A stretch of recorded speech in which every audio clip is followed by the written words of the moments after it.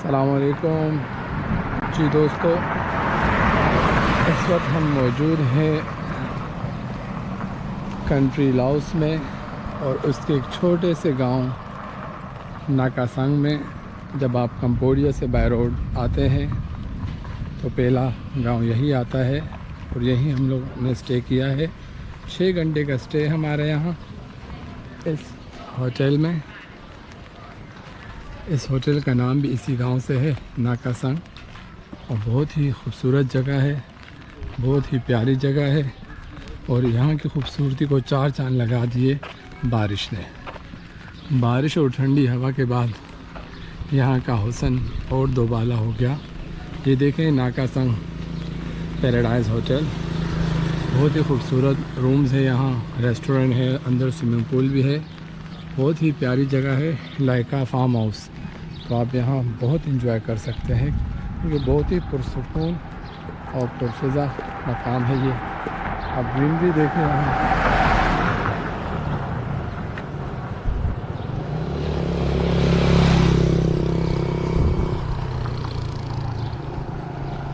ताहत निगाह ग्रीनरी ही ग्रीनरी है यहाँ। पौधे, दरख्त, घास, ये देखें आप। और ये रोड देखें, बग़ैर तारकोल के सीमेंट के रोड बने हुए हैं। बहुत ही प्यारी जगह है।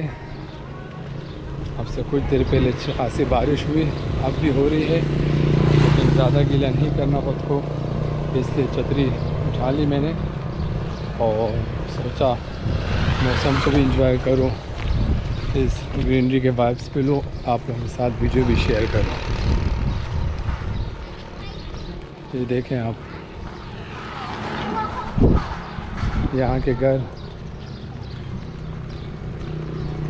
बहुत ही महफूज जगह लग रही है ये, क्योंकि सिंपल सी बाउंड्री है घरों के बाहर लकड़ी की, और ग्रीनरी है, और ये बीच में छोटे छोटे घर।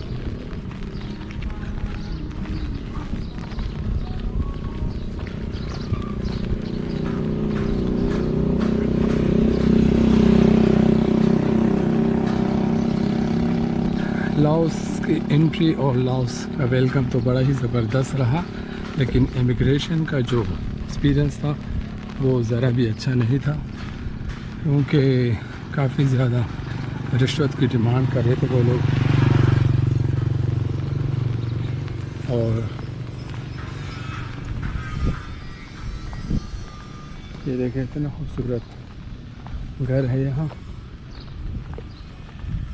इन्होंने बाउंड्री अच्छी बनाई है घर की, बाकी तो तकरीबन सिंपल सी लकड़ियों से बाउंड्री बनाई गई, बीच में घर।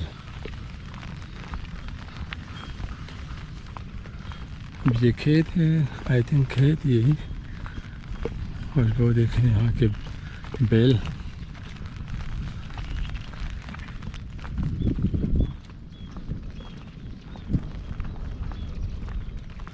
मैं बात कर रहा था कंबोडिया से लाओस हम बाय रोड आए हैं, और इमिग्रेशन पे जब पहुँचे तो एक तो कंबोडिया के हर जगह जिस ऑफिसर के पास से गुजरो तो वो टिप की डिमांड कर रहा था, give me tip, give me tip. समझ नहीं आ रही थी कि इनको 10-12 बंदों को टिप कौन देगा। तो हमने तो बस लाओस के करेंसी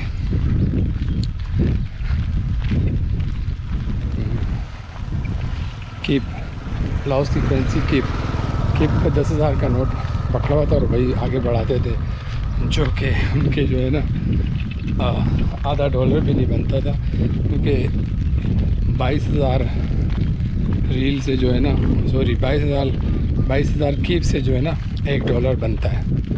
तो हमने $100 के 22 लाख रुपए लिए हैं।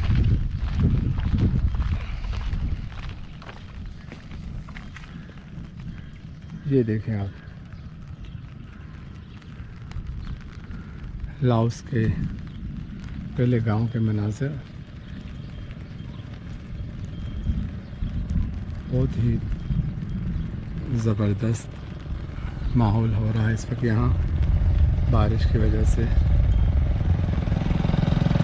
बहुत ही अच्छा अच्छा लग रहा है यहाँ। तो अंदर की तरफ चलते हैं।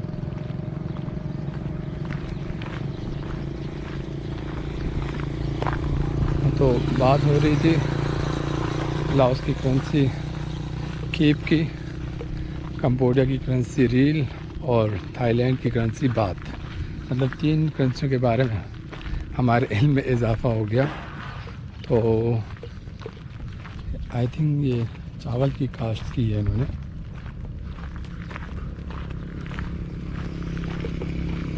तो वहाँ तो हमने किसी को कोई टिप नहीं दी और हम आ गए कंबोडिया का इमिग्रेशन क्लियर करके लाओस की इमिग्रेशन आकर फिर उन्होंने हमसे डॉक्यूमेंट्स मांगे।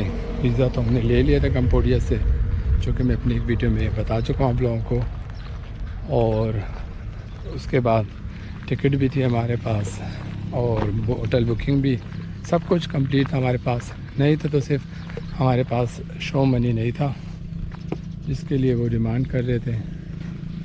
और हमारे पास पर हेड $1000 मौजूद नहीं थे, जिसकी वजह से उन्होंने कहा कि आपको एंट्री नहीं दे सकते। और अगर आपको एंट्री लेनी है तो 1000 पर हेड डॉलर आपके पास होने चाहिए, जो कि इस वक्त हमारे पास मौजूद नहीं थे। और उन्होंने ये भी गिला किया कि आपके पाकिस्तानी यहाँ जाते इलीगल रहने लग जाते, 5 साल 10 साल यहाँ रह कर कमाते हैं, उसके बाद जाते हैं। तो ये एक बुरा तासुर हमारा जा रहा है यहाँ लाओस के गवर्नमेंट पे। हमारे कुछ पाकिस्तानी भाई यहाँ विज़िट पे आकर यहाँ कमाते हैं। वल्लाह आलम वो यहाँ कितना कमाते होंगे, क्योंकि इनकी करेंसी तो बहुत ही डाउन है हमसे। अब आप खुद अंदाज़ा लगा लें कि $1 से 22,000 रुपये बनते हैं इनके, और हमारे $1 से 280 रुपये बनते हैं आजकल। तो इस वजह से फिर उन्होंने अच्छी खासी डिमांड की डॉलर में। फिर हमने आपस में डिसाइड किया और एग्री हो गए। फिर उनसे बारगेनिंग की, लमसम करके दे दिए कुछ डॉलर, और फिर उन्होंने हमें एंट्री दे दी। लेकिन एंट्री भी दी, उसके लिए भी सबका आज़ाद मांगे और हमारे पास सब थे, लेकिन डमी थे, ओरिजिनल तो कुछ नहीं था। होटल बुकिंग भी डमी था, टिकट भी डमी थी, सिर्फ पासपोर्ट पे वीज़ा ओरिजिनल था, और जो उनको डॉलर दिए वो ओरिजिनल थे।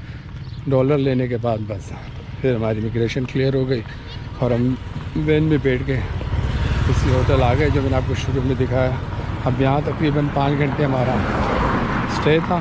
तो अब 5 बजे करीब फिर हम यहाँ से रवाना होंगे लाओस के कैपिटल वियंतियन, और फिर उसको एक्सप्लोर करेंगे और फिर आगे अपना सफ़र जारी रखेंगे। मौसम अच्छा हो रहा था, लेकिन अब एकदम से फिर गर्मी हो गई, बारिश रुक गई, अब धूप निकल आई। तो छाता धूप से बचने के लिए भी इस्तेमाल किया जा सकता है। यहाँ कंबोडिया में और लाओस में, थाईलैंड में बारिश के अलावा भी छाता इस्तेमाल किया जाता है गर्मी से बचने के लिए।